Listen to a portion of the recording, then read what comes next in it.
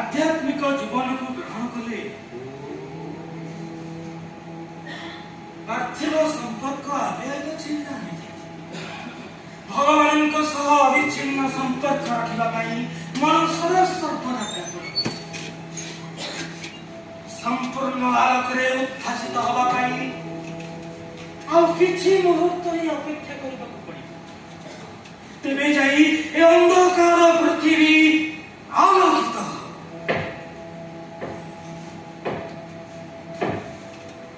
ଦେଖନ୍ତୁ ତ କିଏ ପ୍ରାୟ ବାହାରେ ଅପେକ୍ଷାରତ। এই সময়ের পুଣି କିଏ ଆସିବ? ତଥାପି ମୁଁ ଦେଖୁଛି।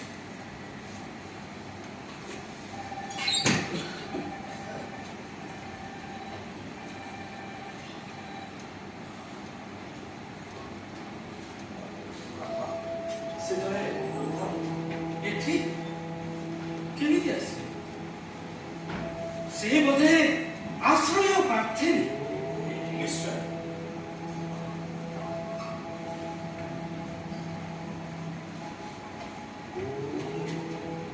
ଆସ ମା, ଆସ ଭିତରକୁ ଆସ। ଦେଖିଛ ତମେ ତାଙ୍କ ପୁଅ?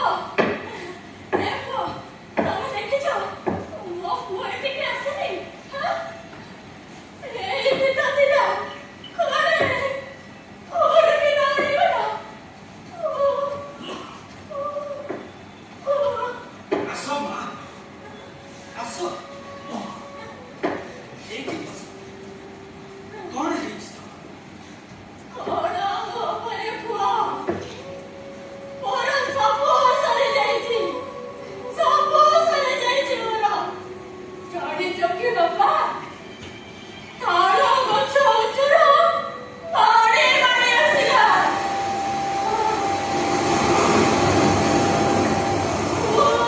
ଗର୍ଜନ କରି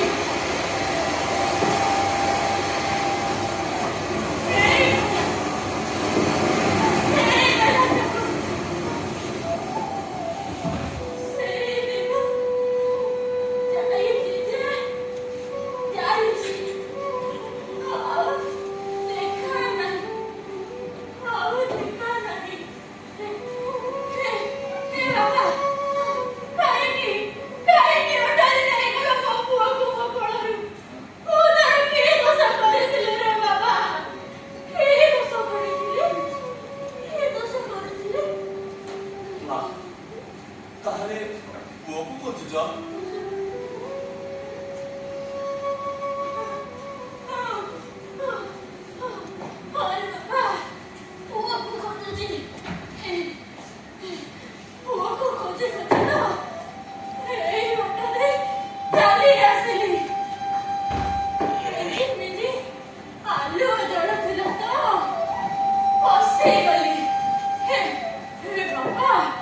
ବାପାରେ ବାପା ଆମେ କେତେ ରାତି କେତେ ଦିନ ଦି ଜଣ ଯାକ ଝାଳ ଉପରେ ହାତ ଧରି ବସିଥିଲୁ।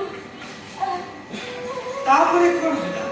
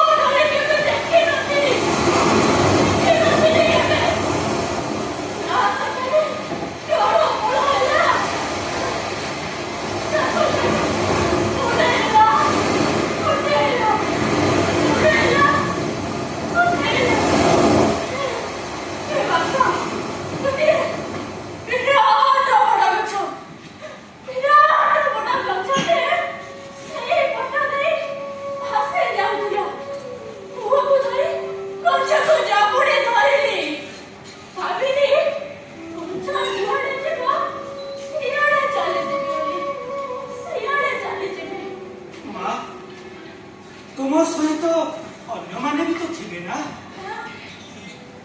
ଇଏ ଆଉ ଖବର ବାପା, ଇଏ ଆଉ ଖବର। ରାତି ରାତି ବିତିଗଲା।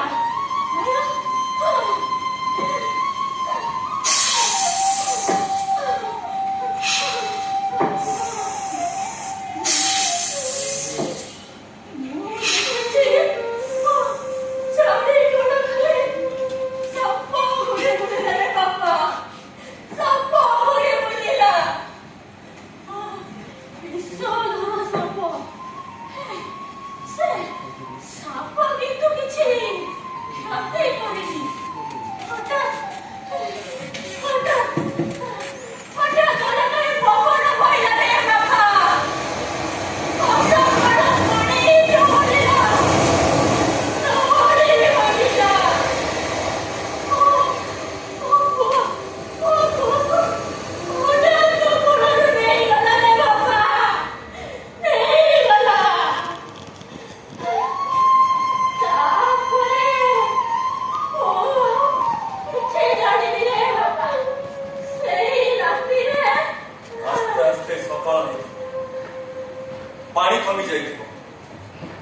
ଲୋକମାନେ ଆସି ଉଦ୍ଧାରରେ ଲାଗି ଯାଇଥିବେ। ଆରେ ବାପା, ତାପରେ ମୋ ଭାଇ ଆଉ ସକାଳ ହେଇନି। ମୋ ପୁଅ ଚାଲିଗଲା ମୋ ପୁଅ। ମତେ ଛାଡ଼ିଦେଇ ଚାଲିଗଲା ମୋ ପୁଅ। ମତେ ଛାଡ଼ିଦେଇ। ଦମ୍ଭ ଧର ମା, ସାହସ ଜୁଟାଅ। ତମର ବି ତ ଜୀବନ ଅଛି ନା ମା, ଜୀବନକୁ ଧରିବାକୁ ହବ। ନା ନା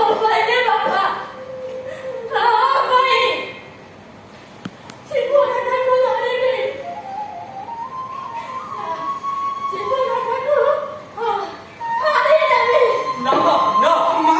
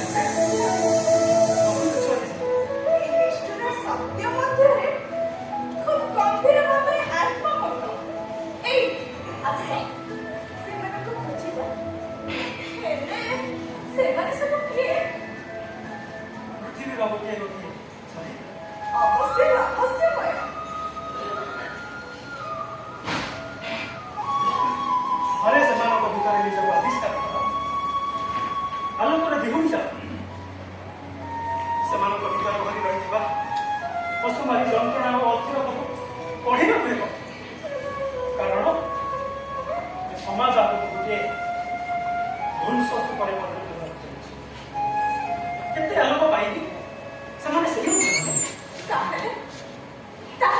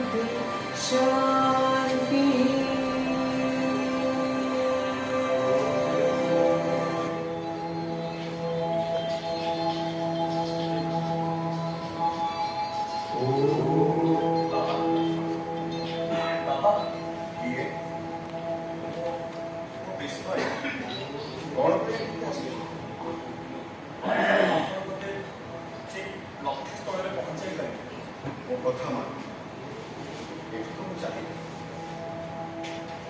ସମାଜ ପାଖରେ ଯୋଉଠି ଥିଲା ସେଇଠି ଚାଲିବି ସମାଜକୁ ଅନୁଭବ ଅନେକ ଇଚ୍ଛା ଦେଇଛି ଅଥଚ ସେ ସମାଜକୁ ଦୂରରେ ନେଇକି ଏଠିକି ନେଇଛି ମନେ ରଖ ସମାଜ ପାଇଁ ତୁମର ବି ତ କିଛି କର୍ତ୍ତବ୍ୟ ଅଛି ଚାଲିଗଲ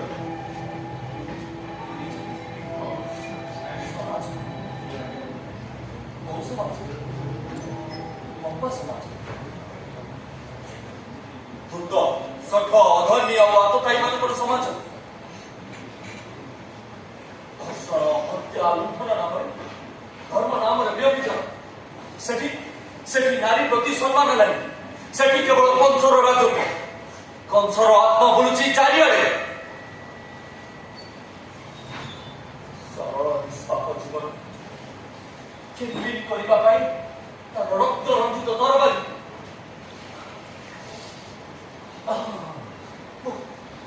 ମୋ ମୁକ୍ତି ପାବ କଣ ବିଶ୍ୱାସ ହେଇଗଲି ମତେ ବାଟ ବତେଇ ଦିଅନ୍ତୁ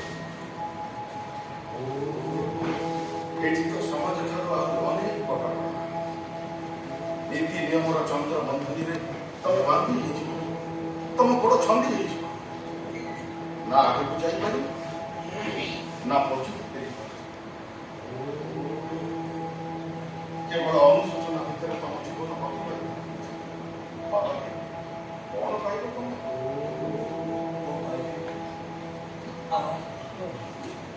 ଆନନ୍ଦର ପ୍ରାପ୍ତି ମୋର ଚରମ ଲକ୍ଷ୍ୟ ସେ ଆନନ୍ଦ କଣ ତାହା ଆପଣ ଜାଣିଛନ୍ତି ଆପଣଙ୍କର ପଦ ଅନୁସରଣ କରେ ଆନନ୍ଦ ନଗରକୁ ଯିବା ପାଇଁ ମୋର ପଥ ପରିଷ୍କାର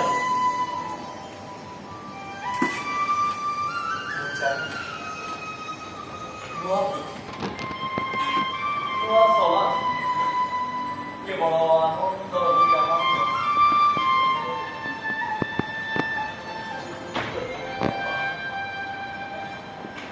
ଗୋଟିଏ ପରିବର୍ତ୍ତନର ସୁଅରେ ତ ଭାସି ଆସିଛୁ ଆମେ ସମସ୍ତେ ପାଇବା ଖୋଜିବା ଖୋଜି ଖୋଜି ପାଇବା ପୁନରାୟ ଖୋଜେଇ ଦେବା ଭିତରେ ସେଇ ଅମୃତ ଅନୁଭବ ଟିକକରି ଆମକୁ ଜାଗୃତ କରିଦେଇଛି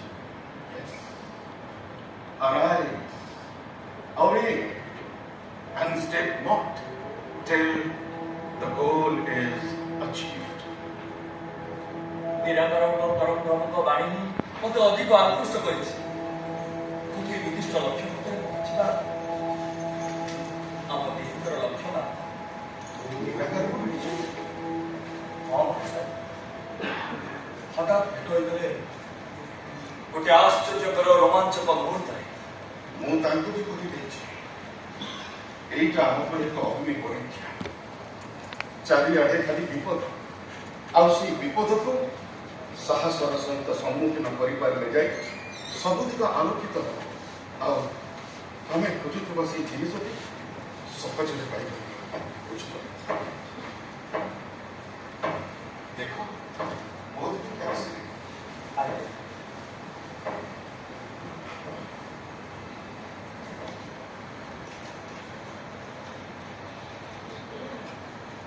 ସେ ଜଣେ ବୃଦ୍ଧା ମା କ'ଣ ଆପଣ ସେ ପୁତ୍ରଙ୍କର ମାଆଙ୍କ କାହାଣୀ ଶୁଣେଇଥିଲେ ଶୁଣିଛି ମୁଁ ଶୁଣିଛି ସେ କାରଣ ଶୁଣିଲି ଘୋର ବିପଦ ଭୟଙ୍କର ପ୍ରଳୟ ସେଥିରୁ ଉଦ୍ଧାର ପାଇଥିବା ଏଇ ମଜା ଜଣକ କି ଅସୁବିଧା ସାହସ କି ଧୈର୍ଯ୍ୟ ତାକୁ ଏପଟେ ନିଜ ପୁଅକୁ ହରାଇଥିବା ଦୁଃଖରେ ସତେ ଯେମିତି ବାଗିଣି ପାଏ ପୁଣି ଏତେ ଦୁଃଖ ସହିବାକୁ ପଡ଼ିଥାଏ ସେ ଯେପରି ମୋ ଭଉଣୀ କାନ୍ଦିଲା ନା ଧୈର୍ଯ୍ୟ ଧରି ପାରିଲେନି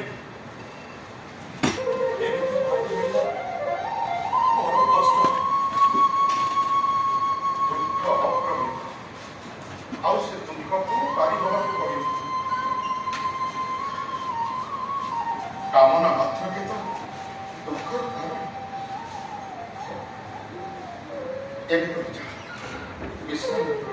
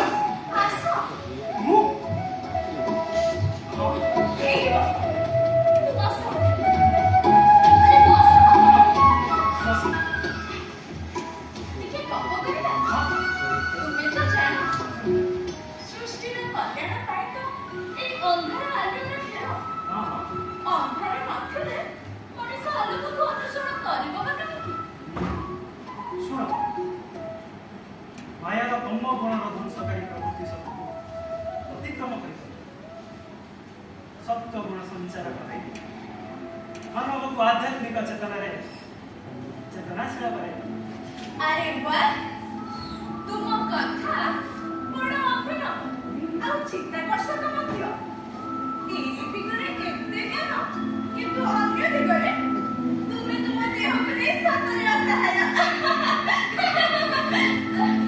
अरे उपमन्यु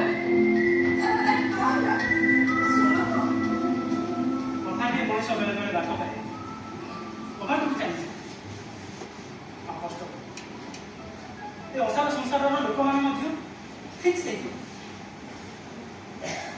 मनीष भितर तम गुण मनीष मन को नष्ट कर एकमात्र कारण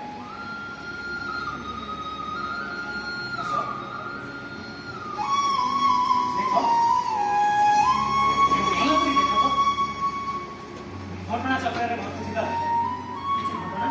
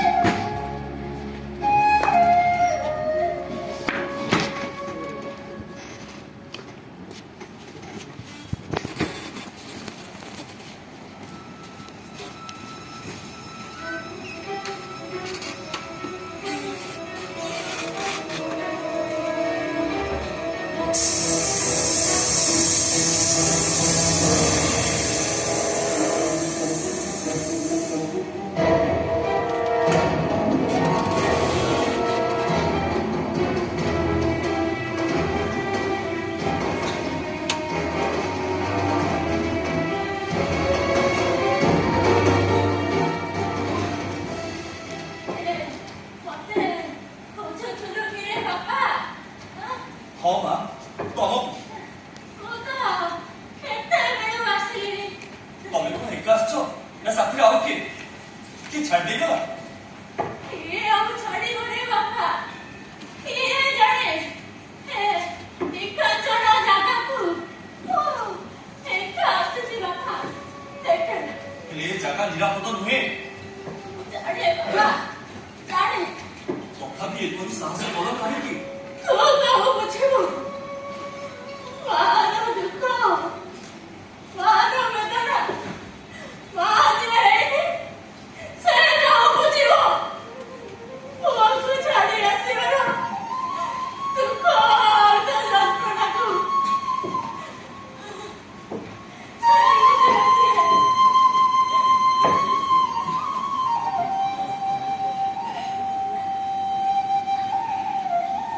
ତୁମ ଭିତରେ ଗୋଟେ ମାର ବାସ୍ନା ଉପୁଡ଼ି ଉଠୁଛି। ତମକୁ ଚାହିଁଦେଲା ମାତ୍ରେ ମନ ଭିତରେ ଭକ୍ତି ଫୁଟି ଉଠୁଛି। ତୁମ କେବଳ ଜଣଙ୍କର ମା ନୁହେଁ, ଏ ସାରା ଜଗତର ମା। ମା ତମ ଚରଣ ଧରି ନେବାକୁ ଚାହୁଁଛି। ତମଠାରୁ ମିଠା ମିଠା କଥା ଶୁଣିବାକୁ ଇଚ୍ଛା ହଉଛି। ମତେ କୋଳ କରି ନିଅ ମା। ମୋ ମାକୁ ପାଇଛି। ତମ ଚରଣ ଧୂଳି ଦିଅ, ମୁଁ ଚନ୍ଦନ କରି ମଥାରେ ଲଗେଇବି। ନା, ଏମିତି କଣ କହନ୍ତି? ମୁଁ କିଏ? ଭିକାରିଣୀ ନାହିଁ। ମୋଠାରୁ ଅଧିକ କଣ ଆଶା କରିବି ରେ ପୁଅ?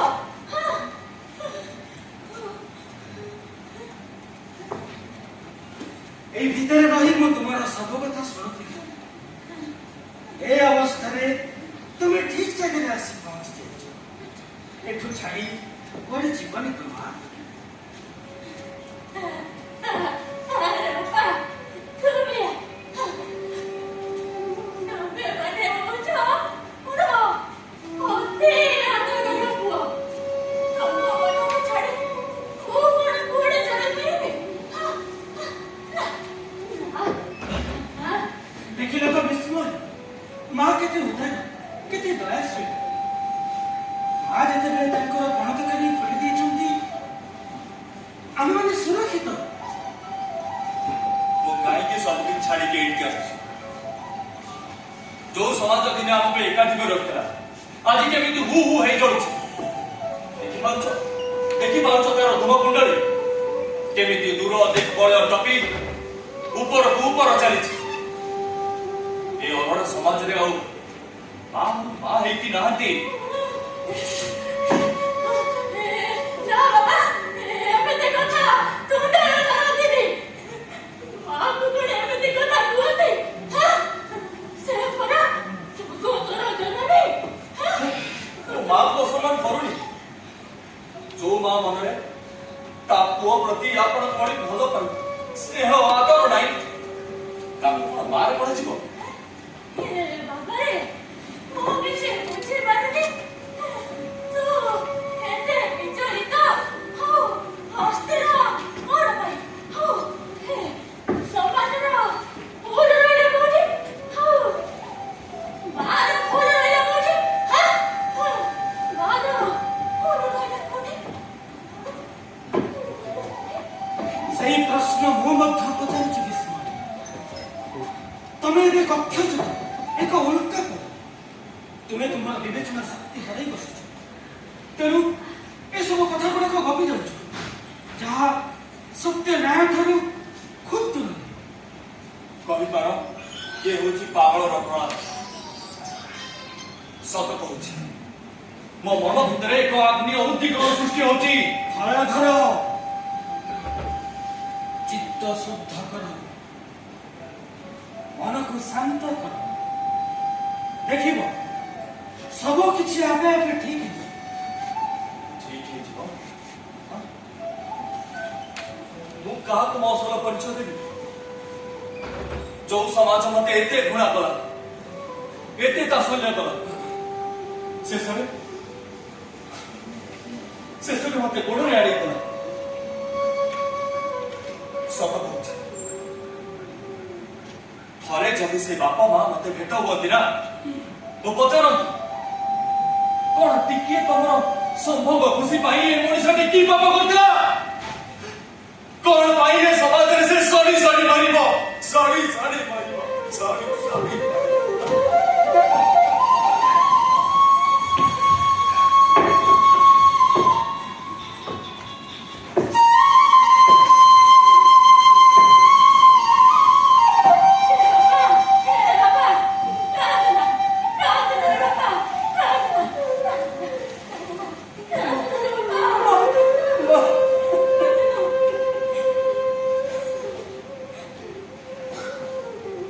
ତୁମ ମୁଖରୁ ତୁମ ଜୀବନର ସତ୍ୟ ପାଠ ମୋତେ ଅତି ବିବ୍ରତ କରିଦେଇଛି।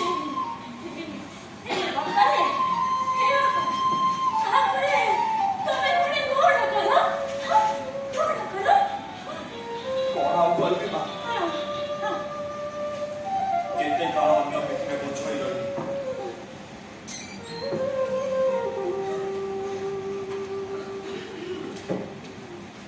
ପ୍ରଥମେ ମୁଁ ବହୁତ ଖରାପ ଥିଲି। ନିଷ୍ଠୁର ଅପା ପାହାଡ଼ ଗଢ଼ି ପାରୁଥିଲା ମୋର ଦୁଃସ୍ୱପ୍ନ।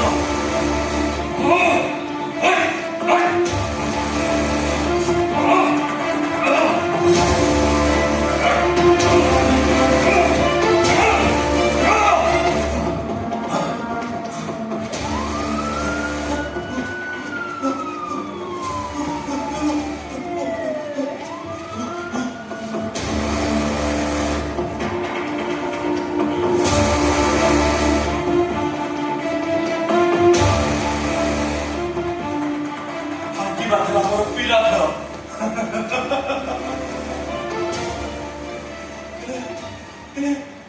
ଏତେ ଭାଗି ସାରିଲା ପରେ ଶେଷରେ ପାଇଲି କଣ?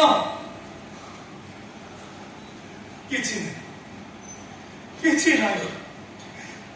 ଏମିତି ଜୀବନ ଥାଇ କେତେ, ନଥାଇ କେତେ। ତେବେ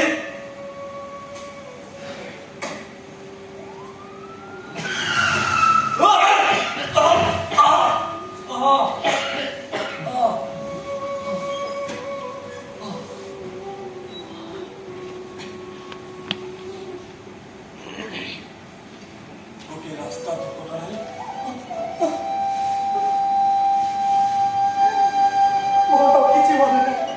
କିଛି ମନେ ନାହିଁ।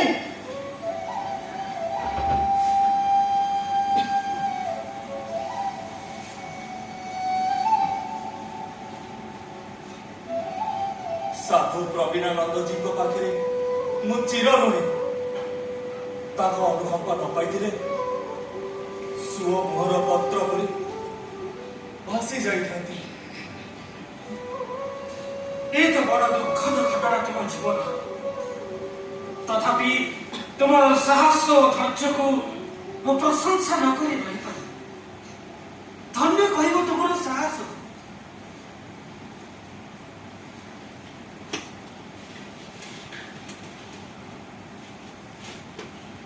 ଯାହାର ଏପରି ମା ଥାଏ ତାର ସାହା ଥାଏ।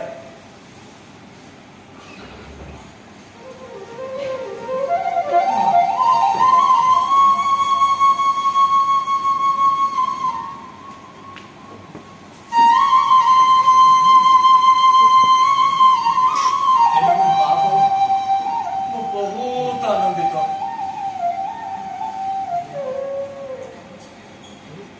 ଏ ତ ଆମର ଏକ ପୃଥକ ଆନନ୍ଦର ଘର। ଏଠି ଆନନ୍ଦ ହିଁ ଆନନ୍ଦ। ଜୀବନରେ ଜୀବନକୁ ଖୋଜିବାର ଇଏ ପ୍ରଥମ ପ୍ରୟାସ।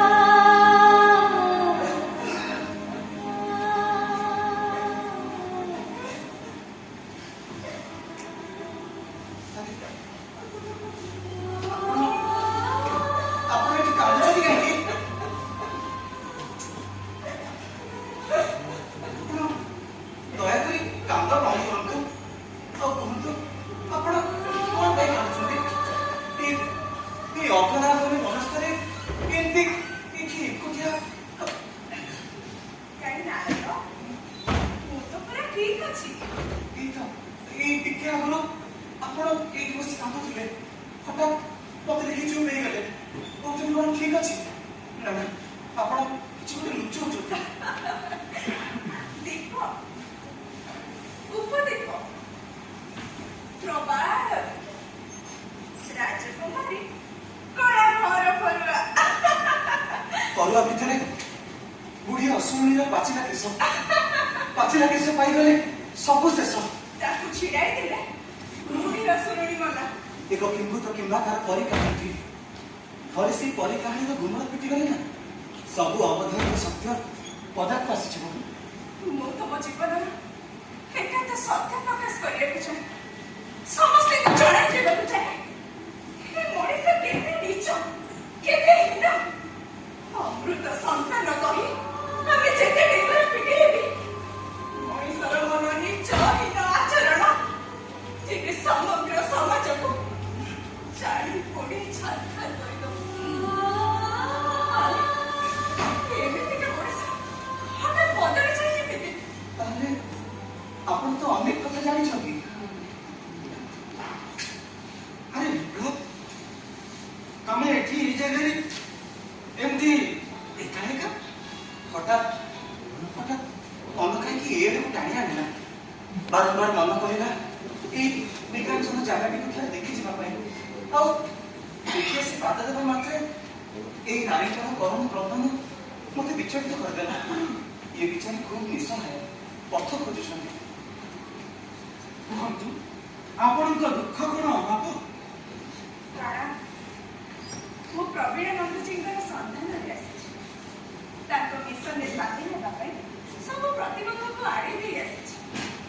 ଆପଣ କୁହନ୍ତୁ ମହାଶୟ, ପ୍ରବୀଣ ନନ୍ଦଜୀଙ୍କର ସେ ଆଶ୍ରମଟି କେଉଁଠି? ଆପଣଙ୍କର ସମ୍ପୂର୍ଣ୍ଣ ପରିଚୟ? ମୋ ନାରୀ କେତିକି ମୋର ପରିଚୟ। ପ୍ରବୀଣ ନନ୍ଦଜୀଙ୍କର ସାନ୍ନିଧ୍ୟ ଲାଭ କଲେ ମୁଁ ମୁକ୍ତି ପାଇଯିବି ବୋଲି ଭାବି ଏ ପଥ ଧରିଛି। ଗୁରୁ ପ୍ରବୀଣାନନ୍ଦଜୀଙ୍କ ସହ ଭେଟ ତାଙ୍କର ଅତି ଜରୁରୀ। ତାଙ୍କୁ ଟିକେ ପ୍ରବୀଣାନନ୍ଦଜୀଙ୍କ ସହ ଭେଟ କରିଦିଅନ୍ତି ଆଜ୍ଞା। ହଉ, ଠିକ ଅଛି, ଆସ ଆମେ ସମସ୍ତେ ଯିବା। ଏବେ ପ୍ରବୀଣାନନ୍ଦଜୀ ଯୋଗରେ ବସିଥିବେ, ଆଶ୍ରମର ଅପେକ୍ଷା କରିବ, ତାପରେ ତାଙ୍କ ସହିତ ସାକ୍ଷାତ କରିବ। ଆସନ୍ତୁ, ଚାଲ।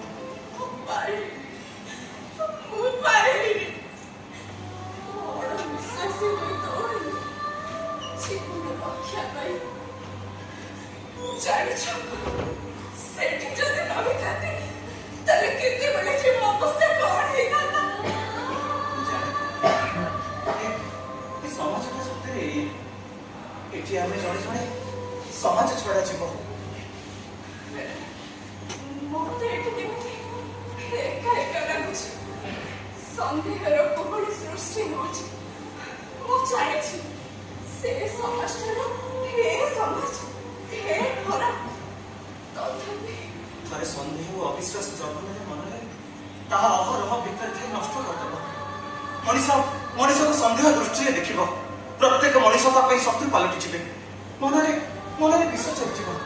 ସେତେବେଳକୁ ମନ ଆଉ ବିବେକ ଅଣାୟତ ହେଇ ପଡ଼ିଥିବ। ନା, ସେ କଥା କହୁନି। ମୁଁ ଏଇ ମଣିଷ ମାନଙ୍କର କୋଉ ପ୍ରକୃତି କଥା କହୁଛି। କେଉଁଠି ବି ଥିଲେ ତାର ଇନ୍ଦ୍ରିୟ ଆସକ୍ତ ମନ ତାକୁ ଖିନଭିନ କରିଦେବ। କେଉଁ ସତ୍ୟର ଅନୁସନ୍ଧାନରେ ଆମେ ଆଜି ଆଗକୁ ଗୋଡ଼ ବଢ଼ାଇବ? ଯେମିତି ଆଜି ସମାଜର ମଣିଷର ଚଲୁଥିବା ଜୀବନଟା ସେହି ଅସତ୍ୟ ଉପରେ ଆଜି ଯେମିତି ଅବଧାରିତ ସମସ୍ତେ ସମସ୍ତେ ଅଣନିଶ୍ୱାସୀ ହେଇ ଦୌଡୁଛନ୍ତି ବିଷାକ୍ତ ବଳୟ ଭିତରେ। ଦୌଡୁ ଦୌଡୁ ସେ ନିଜକୁ ହରାଇ ବସୁଛି। ଫେରିବାର ବାଟ ସମ୍ପୂର୍ଣ୍ଣ ଭାବେ ବନ୍ଦ। ସେଠି ଦଳ ବିକଳ ହେଇ ଛଟପଟ ହେଇ ପ୍ରାଣ ବିସର୍ଜନ କରୁଛନ୍ତି। ସତ କହିଲେ ଇଏ କି ପ୍ରକାର ଜୀବନ? ଯୁକ୍ତିକୁ ଆଡ଼େଇ ଦେଇପାରିନି। ସବୁ କଥା ଗୋଟେ ସତ୍ୟ ଉପରେ ଆଧାରିତ। ହଠାତ୍ ମୋ ମନରେ ସଜାଗ କରିଦେଲା, ତୋର ଏଠି ଶାନ୍ତି ନାହିଁ, ତୋର ଏଠି ମୁକ୍ତି ନାହିଁ। କେବଳ ଦୁଃଖ ସହି, ଆଉ ଯଦି ତୋ ଦୁଃଖକୁ ଭୁଲିଯିବୁ, ତୋ ପଥ ବାଛିବି, ଏହି ସଂସାର ଛାଡ଼। ଆରେ ବାଃ, ଚମତ୍କାର, খুব চমৎকার। এই সমাজ ছাড়িকে এটি পড়ে আসলে ভালো। আচ্ছা বিপ্লব, কোন ম্যাডাম তো বুড়ি অসুরণী কাহিনী শুনুছ? ନା ଭାଇ ମ୍ୟାଡ଼ାମ ଶୁଣେଇଲେ କେତେବେଳେ? ତେବେ ସେ ଆଜି ଯେଉଁ କାହାଣୀଟା ଖୋଲିବାକୁ ବସିଛନ୍ତି ତାହା ତ ଆଜିକାର ଆମ ଏ ସମାଜର କାହାଣୀ। ଆମ ଏ ସମାଜ ଭିତରୁ ତମେ ଯେମିତି ମୁଁ ଯେମିତି ସେ ବି ଠିକ୍ ସେହିପରି। ତେବେ ଆଜି ଏଇଠି ତାଙ୍କ ଜୀବନର କାହାଣୀଟି ଖୋଲିଦେଲେ ହୁଏତ ଅନେକ ଗୁଡ଼ିଏ ଗୋପନୀୟ ତଥ୍ୟ ଆତ୍ମପ୍ରକାଶ କରିପାରେ। তবে ঠিক কথা বলছো। যে সমাজ আমাকে জন্ম কেতে বড় আমি তাকে ছাড়িকে এটি করে আসছি। সে সমাজ কথা ভাবে না ସେ ସମାଜ ରୋଗୁଣ ହେଇ ପଡ଼ିଛି, ପଙ୍ଗୁ ହେଇଯାଇଛି। ତା ଦେହ ସାରା କର୍କଟ ଜୀବାଣୁ ମାନଙ୍କର ଦୁର୍ଦ୍ଦଶ ଆକ୍ରମଣ। ତାକୁ ସେଥିରୁ ବଞ୍ଚାଅ ବିଷ୍ଣୁ। ନା, ସେ ଆଉ ଦଣ୍ଡି ବଞ୍ଚି ପାରିବନି। ତାର ଏବେ ଶେଷ ଅବସ୍ଥା। ଆଉ ସେଥିପାଇଁ ଦାୟୀ ଆମେମାନେ। মানে ମାନେ ଏ ହେଉଛି ଅର୍ଥଲୋଭୀ ଦଲାଲ ମାନଙ୍କର ସଂସାର। ଧର୍ମ ଧ୍ୱଜଧାରୀ ବିଧର୍ମୀ ମାନଙ୍କର ଛଳ କପଟ ପ୍ରକରଣ ଭିତରେ ସାଧାରଣ ମଣିଷ ଆଜି ଶ୍ୱାସରୁଦ୍ଧ। ଏଥିରୁ ମୁକ୍ତି କାହିଁ? କିଏ ଦେବ ମୁକ୍ତି? କାହାନ୍ତି ଠାକୁର? ସମସ୍ତେ କଣ ସତରେ ଆଜି ସୁପ୍ତ? ମୁକୁଳିବାର ପଥ କାହିଁ?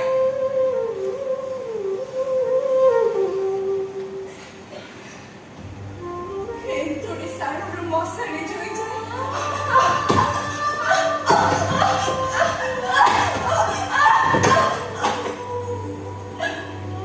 କର୍ତ୍ତବ୍ୟର ଚାରି କାନ୍ଥ ମଧ୍ୟରେ ଆବଦ୍ଧ ନାରୀଟିଏ।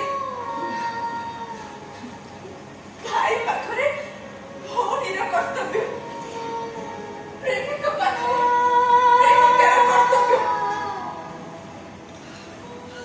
ସ୍ୱାମୀ ପାଖରେ ସ୍ତ୍ରୀର କର୍ତ୍ତବ୍ୟ।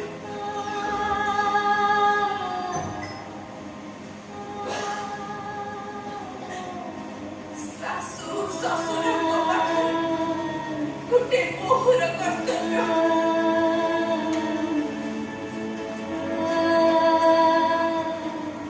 ନିଜ ସନ୍ତାନ ସନ୍ତତିଙ୍କ ପାଖରେ ଗୋଟେ ମାଆର କର୍ତ୍ତବ୍ୟ।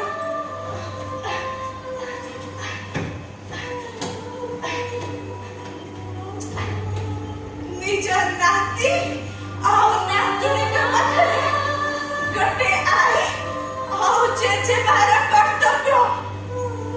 କର୍ତ୍ତବ୍ୟ କର୍ତ୍ତବ୍ୟ କର୍ତ୍ତବ୍ୟ।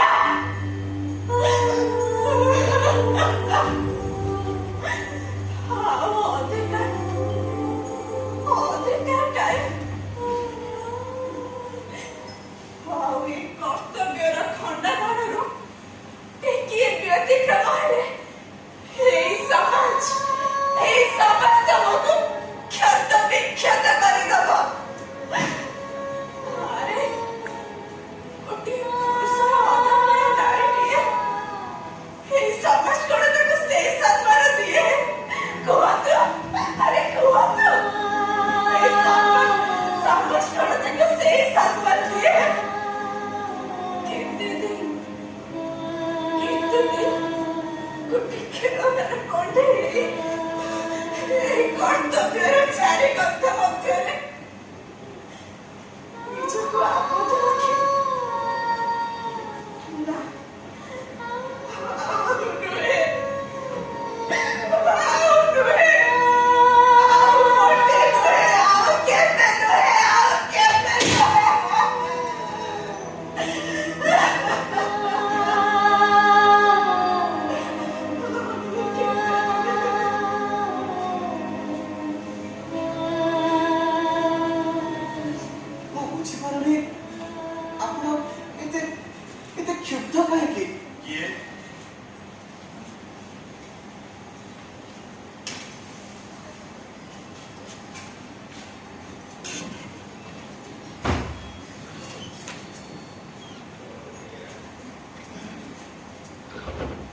କିଏ ଏତେ କ୍ଷୁବ୍ଧ ହେଉଛି?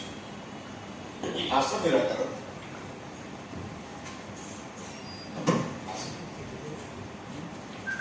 କଣ ମା ଠାରୁ ତା ଅତୀତ ଜୀବନର କାହାଣୀ ବିଷୟରେ ଶୁଣୁଥିଲେ? ଅବଶ୍ୟ ହଠାତ୍ ସବୁ କିଛି ବଦଳିଯିବ ବୋଲି ମୁଁ ବି ଜାଣିନଥିଲି। ମାନେ ହଠାତ୍ ପରିବର୍ତ୍ତନ? ହଁ, ପରିବର୍ତ୍ତନ ନୁହେଁ ତ ଆଉ କଣ? ଗୋଟେ ପଟେ ତା ପରିବାର, ଆଉ ଅନ୍ୟ ପଟେ ଶୂନ୍ୟ ନିକଞ୍ଚନ ବନ୍ଦୀ ଜୀବନ। ମୁଁ ମାନୁଛି ଏଠି ପରିବାର ନାହିଁ, ମୁଁ ମାନୁଛି, ହେଲେ ଏଠି ବନ୍ଧୁ ତ ଅଛନ୍ତି। କଥାରେ ନାହିଁ କାହିଁ ବନ୍ଧୁତା କାହିଁ ପ୍ରେମ ସୁନ୍ଦର, ଯାର ପ୍ରପତି ଲାଗି ଦେବତା ନର। ବାଃ, କି ସୁନ୍ଦର କଥାଟେ କହିଲେ ଦିଲା। ବନ୍ଧୁତା, এই বন্ধুতার চরম নিদর্শন দেখেই পারিলে এ মাটি তো স্বর্গ পালটি যাଆନ୍ତା। ମଣିଷ ଆଜି ଶିକ୍ଷିତ ହେଇକି ବି ଉଶୃଙ୍ଖଳ ହେଇ ଉଠିଛି। ମଣିଷ ଭୁଲି ଯାଉଛି ତାର ସ୍ଥିତି। ତେବେ କଣ କରାଯିବ? ଆମେ କଣ ପୁଣି ଥରେ ସମ୍ପର୍କର ବନ୍ଧନରେ ବାନ୍ଧି ହେଇପାରିବାନି? ଆପଣ କଣ ଜାଣିପାରୁନାହାନ୍ତି? ଏଠୁ ଖାଲି ଲୋକ ଦେଖାଣିଆ ସମ୍ପର୍କ, ପ୍ରେମ, ପ୍ରୀତି ଆଉ ଅନୁରାଗ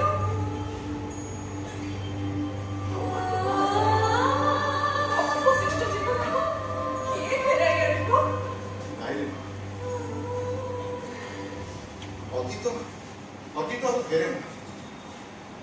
ଯାହା ଚାଲି ଯାଇଛି ସବୁଦିନ ପାଇଁ ଚାଲି ଯାଇଛି। ଏବେ ଆଗକୁ ଦେଖ, ତମକୁ ଏକୁଟିଆ ବଞ୍ଚିବାକୁ ହବ, କାରଣ ତମେ ସତ୍ୟର ସନ୍ଧାନରେ ଅଛ। ହଁ, ମନକୁ ଟାଣ କର, ଆତ୍ମାକୁ ଶୁଦ୍ଧ କର। ଦେଖ ଆଗକୁ ତୁମ ପଥ କେତେ ପରିଷ୍କାର। ମନ ହିଁ ସବୁଠାରୁ ଶ୍ରେଷ୍ଠ ବସ୍ତୁ, ଯାହାଦ୍ୱାରା କି ଅଖଣ୍ଡ ଅଦ୍ୱିତୀୟ ଭାବ ପ୍ରକାଶ ପାଏ। ଧ୍ୟାନ ଧାରଣା ଯେ ଲୋଡ଼ା ନାହିଁ, କେବଳ ଆତ୍ମା ଭିତରେ ଦେଖିବାକୁ ଚେଷ୍ଟା କର ସେହି ପୂର୍ଣ୍ଣ ବ୍ରହ୍ମ।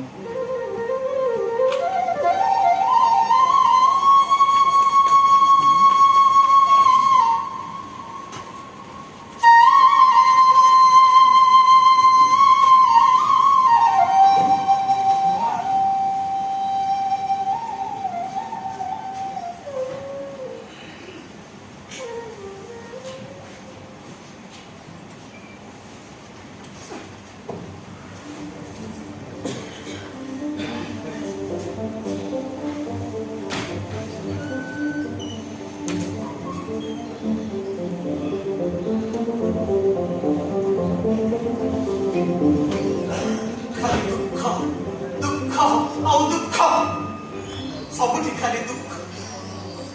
ଏ ପୁଳା ପୁଳା ଦୁଃଖ ଯେମିତି ପରିସମାପ୍ତି ନାହିଁ। ମଣିଷ କଣ ଖାଲି ଜନ୍ମ ନେଇଛି ଏ ପୁଞ୍ଜୀଭୂତ ଦୁଃଖକୁ ନିଜ ହୃଦୟ ଭିତରେ ଚାପି ରଖି ଅନ୍ୟର ମୁହଁରେ ହସ ଫୁଟେଇବାକୁ?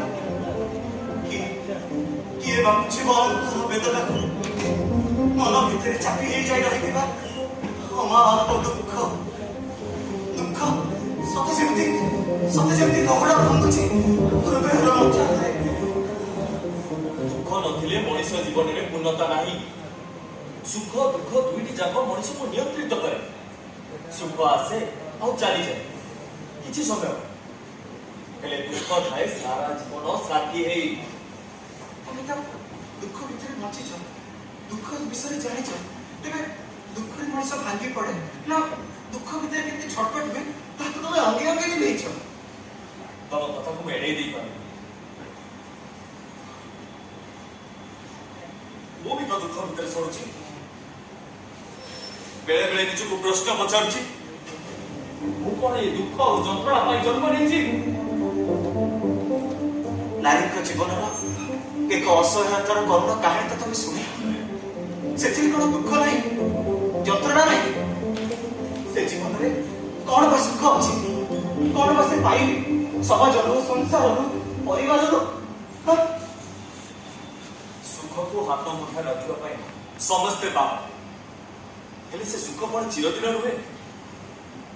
କ୍ଷଣିକ ସୁଖ ଭିତରେ ମଣିଷ ଯେତିକି ଆନନ୍ଦିତ ହୁଏ ସେ ସୁଖ ରହେନି। ଜାଣିଛ ତମେ ମୁଁ ସେ ନାରୀ ଏପରିକି ନିରାକର ଆଉ ପ୍ରବୀଣ ନନ୍ଦଜୀ ଏମାନେ କଣ ସୁଖୀ? ଦୁଃଖ ଭିତରେ ତ ଜନ୍ମ ଆମ ସୁଖ କାମ ମିଳିବ? କେବଳ ସ୍ଥାୟୀ ସୁଖ ସନ୍ଧାନରେ ଆମେ ମାନେ ପାଗଳ। ତୁମ କଥା ସତ, ସୁଖ କ୍ଷଣିକ। ମୁଁ ଏସବୁ ବିଷୟରେ ଆଗରୁ କିଛି ଜାଣିନଥିଲି, ମୃଗ ଦୃଷ୍ଟା ପଛରେ ଗୋଡ଼ୁଥିଲି। ଅବଶ୍ୟ ମୋ କର୍ତ୍ତବ୍ୟରେ ମୁଁ କେବେ ହେଲେ ଅବହେଳା କଲି, କିନ୍ତୁ ତଥାପି ମୁଁ କାହିଁକି ହାରିଗଲି? ଏ ପ୍ରଶ୍ନ ବାରମ୍ବାର ମୋ ହୃଦୟରେ ବଥା ପିଟୁଛି, ଆଉ ମୁଁ ମୋ ଦୁଃଖକୁ ଚାପି ଦେଇଛି ମୋ ନିଜ ଭିତରେ। ଭଲ କରିଛ, ଏଇ ଧୈର୍ଯ୍ୟ ଶକ୍ତି ଅଛି ବୋଲି ତମେ ଜୀବନରେ ଯୋଉ ଅଭିଜ୍ଞତା ଗୁଡା ଗୋଟାଇ ନେଇଛ ସେ କଣ ଅନ୍ୟ ଉପରେ ପ୍ରତିଫଳିତ ହବନି? ତୁମେ କଣ ନୂଆ ରାସ୍ତା ଦେଖେଇ ପାରିବନି? ସତ କହିବି, ଦୁଃଖ ହୁଏତ ଜୀବନକୁ ଅଧିକ କଠିନ ଓ ଭୋଗବାଦଠାରୁ ଦୂରେଇ ରଖେ, ଆଉ ମଣିଷକୁ ଯେକୌଣସି ପ୍ରତିବନ୍ଧକୁ ଏଡ଼େଇ ଯିବା ପାଇଁ ବାସ୍ତବିକ ପ୍ରେରଣା ଦିଏ। ଆରେ ଆରେ ବିପ୍ଳବ ବାବୁ, ବିସ୍ମୟ ବାବୁ, ଆପଣ ତ ଏଠି ଆଉ ଆମେ ଆପଣଙ୍କୁ ଧ୍ୟାନ ମନ୍ଦିରରେ ଖୋଜୁଛୁ। ଏବେ କରୁଛନ୍ତି ବୋଧେ? ଖୁବ୍ ଶାନ୍ତି ଲାଗିଥିବ।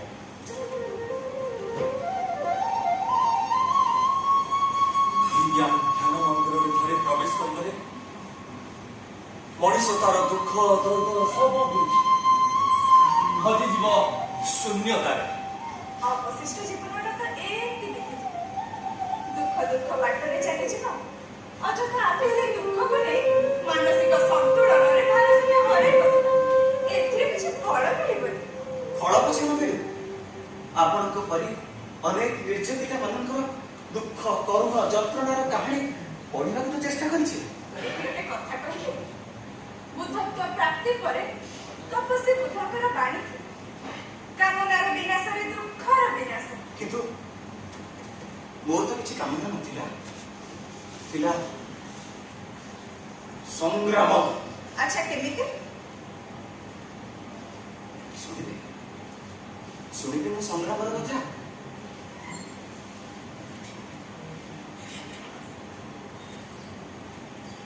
ପାଠ ପଢିଲେ ଜ୍ଞାନର ଅଭ୍ୟୁଦୟ ହୁଏ, ବ୍ୟକ୍ତିତ୍ୱର ପରିପ୍ରକାଶ ହୁଏ, ଜୀବନ ଯୁଦ୍ଧ ଜିତିବା ସହଜ ହେଇଯାଏ। ମୁଁ ପଢିଛି ଗାନ୍ଧୀ, ମାର୍କ୍ସିଜମ୍, ଟଲଷ୍ଟୟ, କାମ୍ୟ, ପୃଷ୍ଠା ପରେ ପୃଷ୍ଠା ତନ୍ନ ତନ୍ନ କରି ପଢି ସେମାନଙ୍କ ଆଦର୍ଶରେ ଅନୁପ୍ରାଣିତ ହେଲି। ଏ ସମାଜକୁ ଏକ ବଳିଷ୍ଠ ସୁନ୍ଦର ଆଦର୍ଶ ସମାଜ ଭାବେ ଗଢିବାର ସ୍ୱପ୍ନ ଦେଖି ବସିଲି। କିନ୍ତୁ ହେଲା କଣ? ଏ ସମାଜ ସେ ଆଦର୍ଶର ମୂଲ୍ୟ ବୁଝିଲାନି। ନିଜ ନିଜର ଆଦର୍ଶ ସୃଷ୍ଟି କରି ବିଜ୍ଞାପନ ଭଳି ଝୁଲେଇଥିଲେ ସେମାନଙ୍କ ଫାଟକ ସାମ୍ନାରେ। ଏଠି କେବଳ ପଦ ଲେଖନକାରୀ ବ୍ୟକ୍ତିର ହିଁ ପୂଜା ହୁଏ।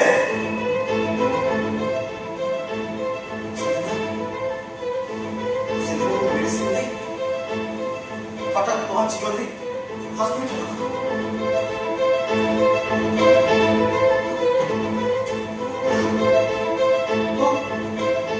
ଦେଖିଲି ହସ୍ପିଟାଲ ବାରଣ୍ଡାର ଗୋଟେ କଣରେ ପକେଇ ଦେଇଛନ୍ତି ମୋ ମାକୁ। ମୋ ମାକୁ ମୋ କୋଳକୁ ନେଇ ଆସିଲି। ମା ମା ମା ମା ଓ ମା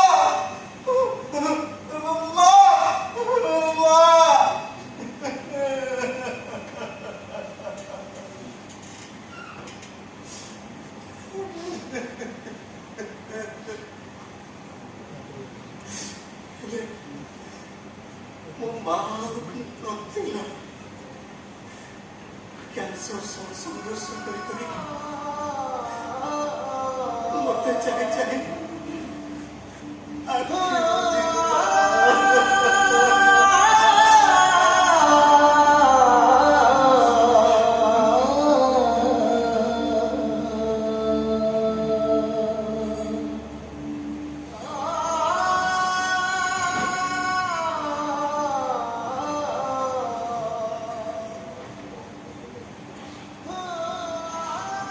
ଚାଲିଯିବା ଦୁଃଖକୁ ସହିପାରିଲେନି ବାପା। ଆମ ଭାଇ ଭଉଣୀ ଦି ଜଣକୁ ଏକୁଟିଆ ଛାଡ଼ିଦେଇ ସିଏ ବି ଚାଲିଗଲେ।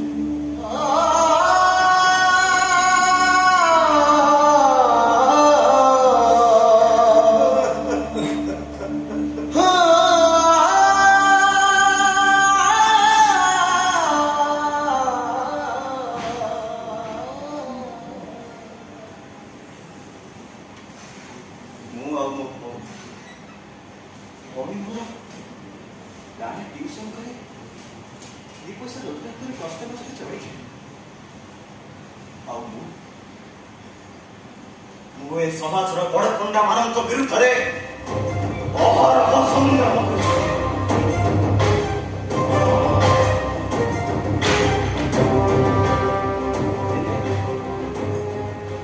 ଦିନେ ହଠାତ୍ ଖବର ପାଇ ମୁଁ ଦୌଡ଼ି ଗଲି ଗାଁକୁ।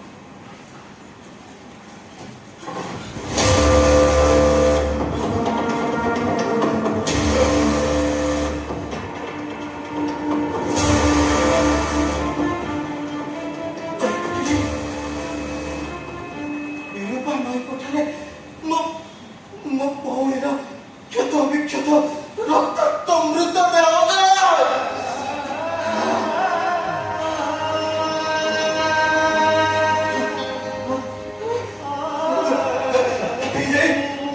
ମୋ ଭଉଣୀକୁ ମୋ କୋଳକୁ ନେଇ ଆସିଲି।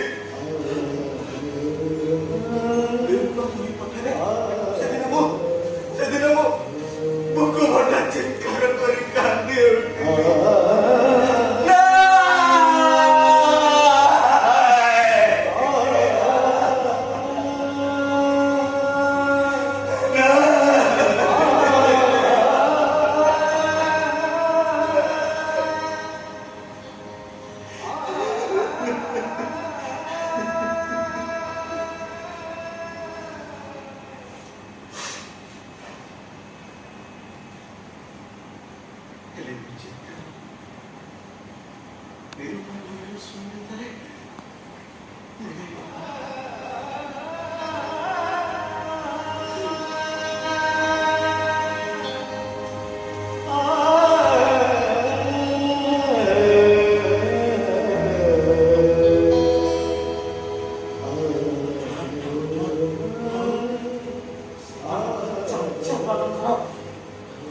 ଦୃଷ୍ଟିର ଶିକ୍ଷା ଦେଲା।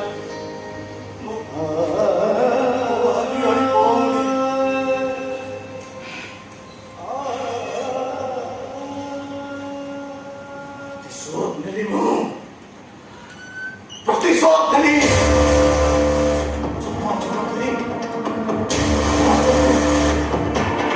ସମସ୍ତଙ୍କୁ ପଠାଇଦେଲି।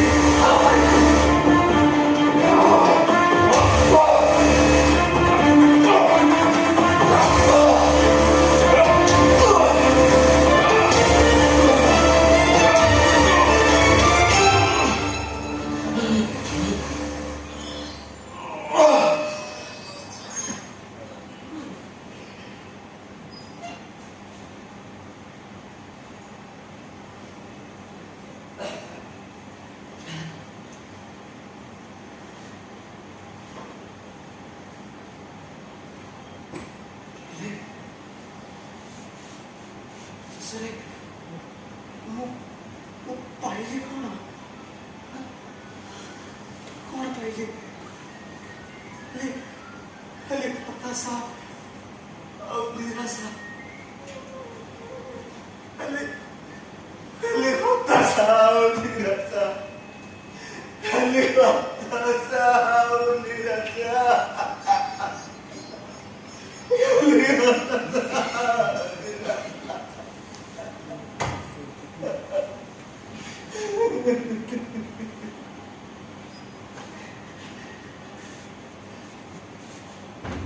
ଶେଷରେ ଗୋଟେ କଥା ଶିଖିଲି, ପ୍ରତିଶୋଧର ଉତ୍ତର ପ୍ରତିଶୋଧ ନୁହେଁ। ପ୍ରତିଶୋଧର ଉତ୍ତର ପ୍ରତିଶୋଧ ନୁହେଁ। ପ୍ରତିଶୋଧର ଉତ୍ତର ପ୍ରତିଶୋଧ ନୁହେଁ। ପ୍ରତିଶୋଧ ନୁହେଁ।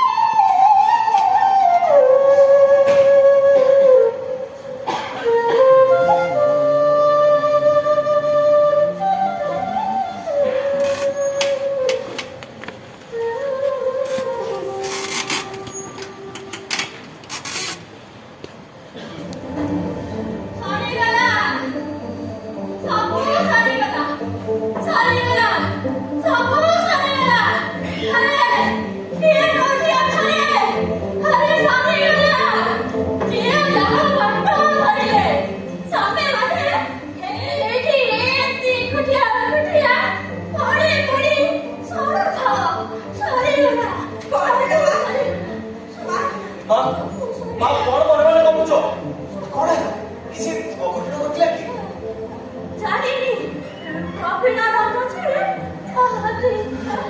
ମାନେ ମାନେ ମାନେ ନା ମନ୍ଦିରରୁ ଅନ୍ତର୍ଧାନ ହୋଇଯାଇଛନ୍ତି। ତେବେ ଆମେ କୋଉଠି ଖୋଜି ପାଇବା ଆଉ ନିରାକର ପରବ୍ରହ୍ମ ସିଏ ବି ଗଲାନ୍ତି ଏବେ ଆମେ କଣ କରିବା? ନିରାକର ପରବ୍ରହ୍ମ ଖୋଜିବାକୁ ଯାଇଛନ୍ତି। ଆଚ୍ଛା ପ୍ରାଚୀ ଆଉ ଉପମନ୍ୟୁ ମାନେ ସେମାନେ ବି ନାହାନ୍ତି ବା ସେମାନେ ବି ନାହାନ୍ତି। ଜଣା ପଡୁନି କୁଆଡେ ଗଲେ ସେମାନେ?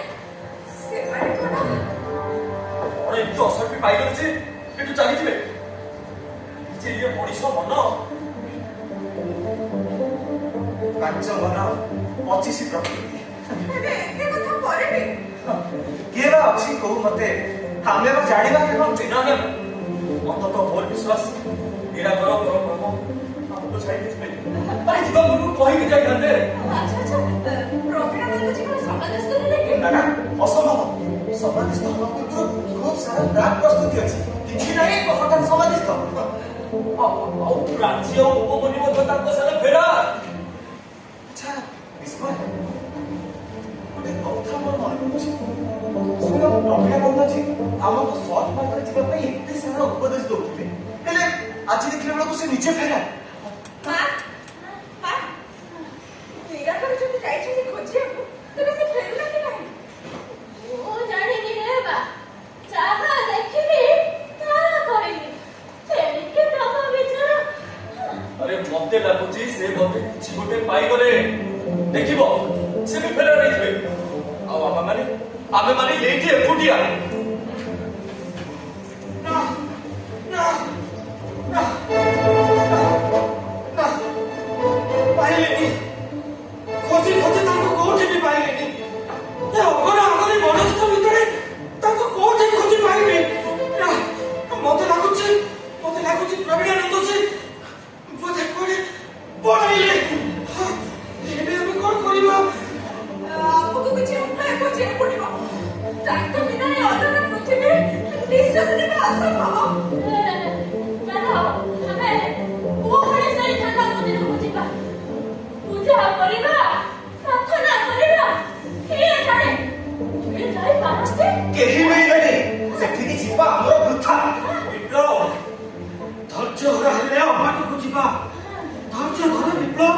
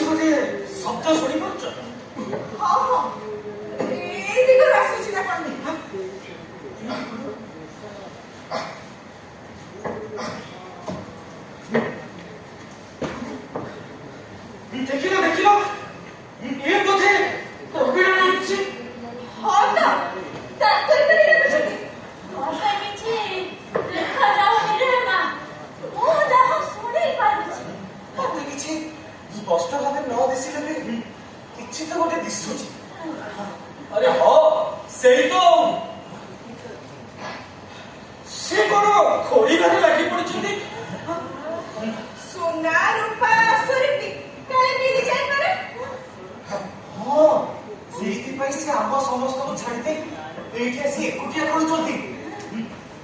ତ ତାଙ୍କର ସନ୍ଧାନ ପାଇସାରିଛନ୍ତି। ହଁ ଆରେ ସେ ତ ସବୁ ନେଇଯିବେ। କି ବଡ ଆଶ୍ଚର୍ଯ୍ୟ ଲୋକଟା। ଆରେ ଏତେ ଉପଦେଶ ଦଉଥିଲେ ଧନ ସମ୍ପତ୍ତି ଏସବୁ ସଂସାର ପାଇଁ ଅସାର ସତ୍ୟ ଖୋଜ, କିନ୍ତୁ ସେ ଖୋଜୁଛନ୍ତି ଏଣେ ସ୍ୱାର୍ଥପର। ନା ନା, ସେ ସବୁ ଏସବୁରୁ ଉର୍ଦ୍ଧ। ଲୋଭ ମୋହ ମାୟା ତାଙ୍କୁ ସ୍ପର୍ଶ କରେ ନାହିଁ। ମଣିଷ ମନ ବିଚିତ୍ର, କେତେବେଳେ ବଦଳିଯିବ କିଏ କହିପାରିବ? ମୁଁ ଯେତିକି ଜାଣିଛି ସେ ଆମ ତୁମ ଭଳି ନୁହନ୍ତି। ତାଙ୍କ ଭଳି ସାଧୁ ପୁରୁଷ ମିଳିବା ବହୁତ କଷ୍ଟ। ହଁ ତାହା ତ ଆମେ ଏଇଠି ଦେଖୁଛୁ। ନର କଥା ନାରାୟଣଙ୍କୁ ଅଜଣା, ଆଉ ଆମେ ତ ଛାଡ଼। ସେ ଅସର ବି ଖୋଜି ନାହାନ୍ତି ଯେ ସମାଧି ନେବେ।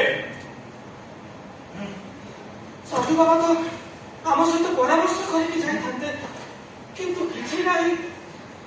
ତାଙ୍କର ପ୍ରତିଟି କଥା ସତ୍ ମାର୍ଗରେ ଚାଲିବା ପାଇଁ ଆମକୁ ପ୍ରେରିତ କରିଥାଏ। ସେ କହୁଥିଲେ ଭକ୍ତି ବିନା ଶକ୍ତି ନାହିଁ, କିନ୍ତୁ ସେ ଯଦି ସମାଧି ନେବେ। ସମାଧି ଆଦୌ ନୁହେଁ। ସିଏ ସେଠୁ ଯାହା ଗୁରୁତ୍ୱଧନ ପାଇବେ ତାକୁ ସାଙ୍ଗରେ ଧରି ପଳେଇବେ। ଗୋଟେ କାମ କରିବା, ଆମେ ସମସ୍ତେ ଚାଲ ତାଙ୍କ ପାଖକୁ ଯାଇକି ଆମ ଭାଗ ଦାବି କରିବା। ଚାଲ ଚାଲ ବିସ୍ମୟ।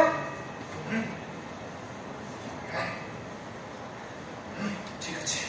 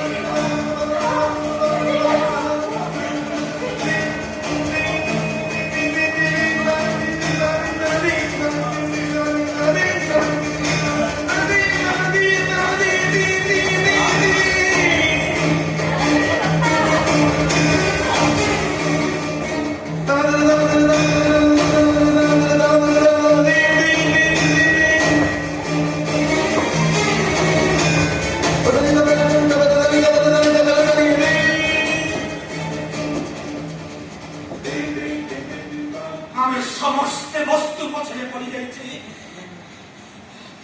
ସୁଖର ସନ୍ଧାନରେ ଜାଲରେ ପଡ଼ିଯାଇଛେ କିନ୍ତୁ ମା ଆଉ ସାଧୁ ବାବା ସେ ସବୁର ଉର୍ଦ୍ଧ୍ୱରେ ମୁଁ ତୁମମାନଙ୍କୁ ଆଗରୁ କହୁଥିଲି ଲୋଭ ମୋହ ମାୟା ତାଙ୍କୁ ସ୍ପର୍ଶ କରେ ନାହିଁ ସେଥିପାଇଁ ସେ ଆଗକୁ ସହ୍ୟ କରିପାରିଲେ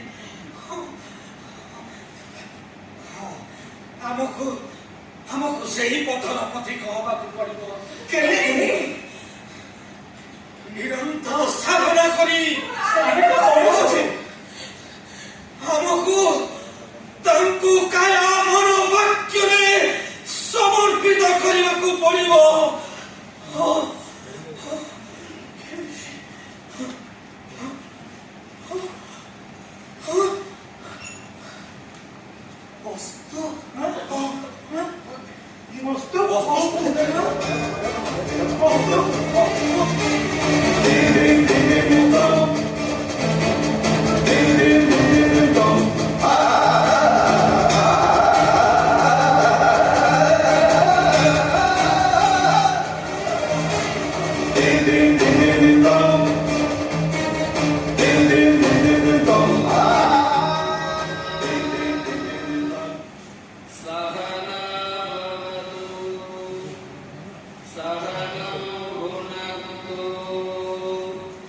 Sa